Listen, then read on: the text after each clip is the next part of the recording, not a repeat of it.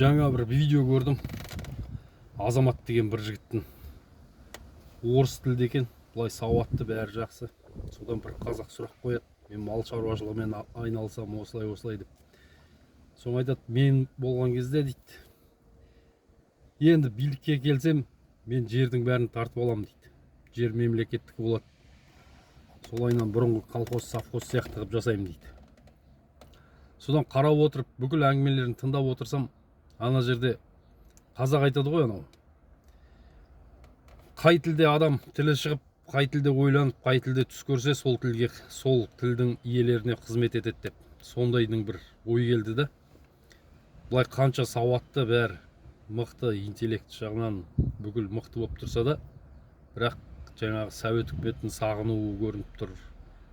Сондай болып тұр. Содан менің ойлайтыным, қазір билікте де солар қояды, орыс тілді. Кезінде анау 86-87 жылдар Ануар Әлімжанов айтыпты ғой. Жаңа Серік Аббас-Жақыптың несінен көрдім, репост жасағанынан. Мен рушылдықтан қорықпаймын депті.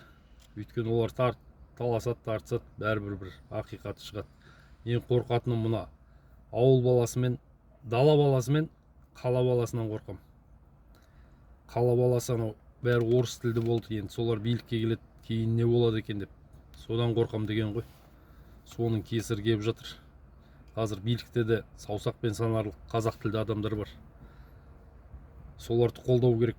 Мына қандастар бар, қазақ тілді аудитория ұйытып, сөйтіп контент салып, сөйтіп жатқан.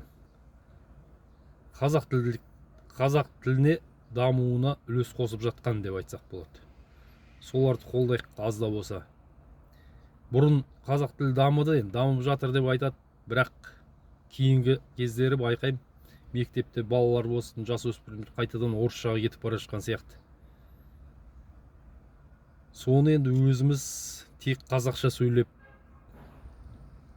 бәр жерде қазақ тілін қажеттілігін арттыруымыз керек қой.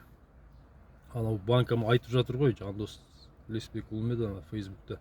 Банкоматта ана термегеңіз батырмаларды қазақ тілін таңдап, бүкіл қосымшаларда бәрінде қазақ тілін қолданып сөйту керекпіз да. Бұл деген орыс тілін төмендету емес, кенже қалған қазақ тілін көтеру. Одан кейін мына орыс тілділер жағынан осындай азаматтарды ұлтшыл деп жаңағы төмендетіп жатады. Соған мән бермеңдер. Ол ұлтшылдық емес, ол қазақ тіліне деген жанашырлық. Кейінгі кезде қайтадан кенже қалып бара жатыр. Қалай айтсаңдар да, көшеден, бәрінен, адамдардың, жас балалардың әсіресе сөйлегеннен белгілі.